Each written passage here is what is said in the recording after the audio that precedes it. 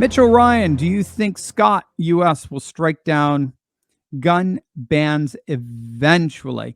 I think, yes, SCOTUS will strike down gun bans. I do. I just think they've, I won't call it impeccable, but I think, scholars have noticed since 2000s, the late 2000s, that the Supreme Court decisions, and that's going back even with Kennedy on there, the Supreme Court decisions since Judge Roberts were consistently in favor of a full-blown enforcement and defense of the Second Amendment.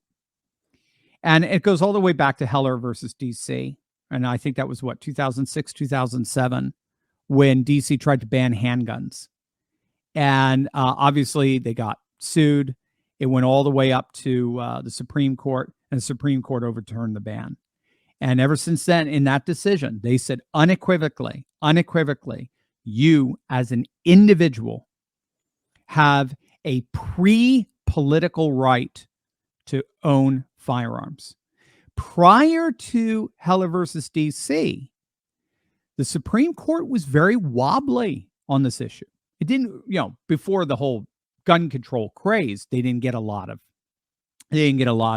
cases of gun control. But once gun control became big, I believe in the 50s, 60s, 70s, 80s, during the leftist activist period, 90s, of course, is so-called assault weapons bans, even though there's no such thing as assault weapon, things like that, right? We banned something that doesn't actually exist.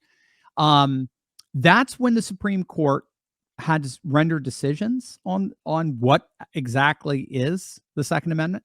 And up until Heller versus D.C., they were pretty wishy-washy on it. They basically said, well, the Second Amendment is it's for a well-formed militia. So it's a collective thing.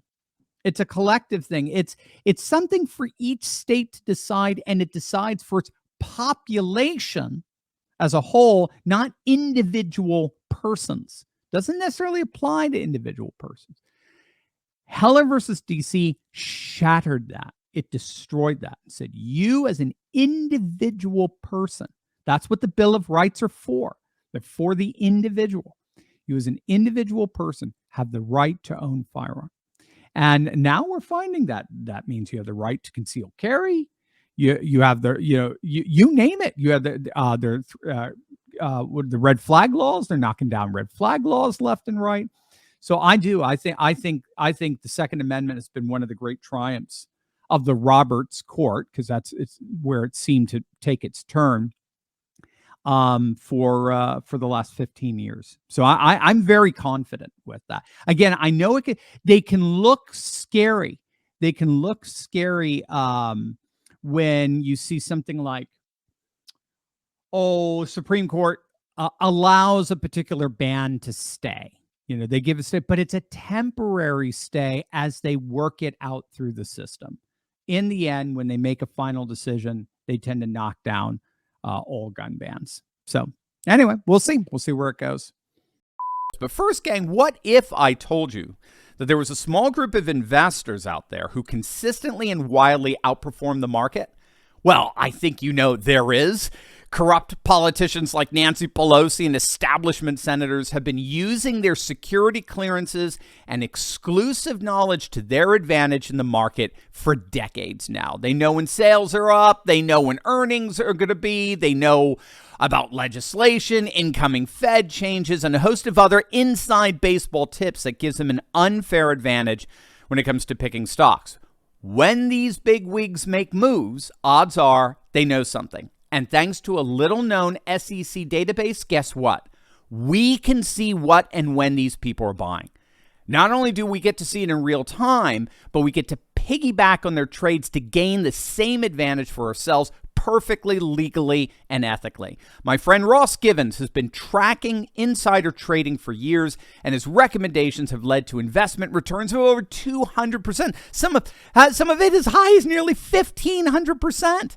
And according to him, there's no better way to beat the market. And now it's your turn. Click on that link below right now and learn how you too can learn to trade like Pelosi. Click on that link and learn how to gain an insider advantage for yourself. it through there. Crash Bandit, they need to call people terrorists to use the powers of the Patriot Act will give the government. Of course. Oh, I see. Got it. Okay. I'm getting my Rumble, my YouTube. Absolutely. It is so odd if you think it through what's happened, the inverse that's happened. Back in 2002, it's the Republicans that are pushing for the Patriot Act, right? So as to protect us from terrorists. In 2022, to be poetic, it's Republicans now who are the terrorists.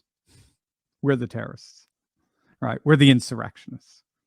So let that underscore for you how much our politics is inverting, how big this paradigm shift is.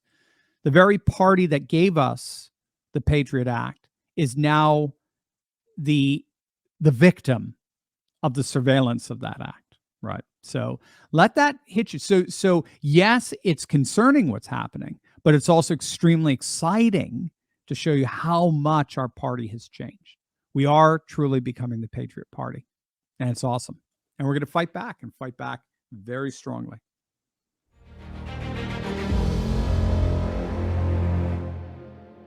Hey gang, if you want to connect with more courageous patriots and start taking action and organizing, be sure to join my Telegram group. I post the latest breaking news I find interesting and chat with my favorite patriots around the country and even the world. Click the link in the description below and join the conversation today.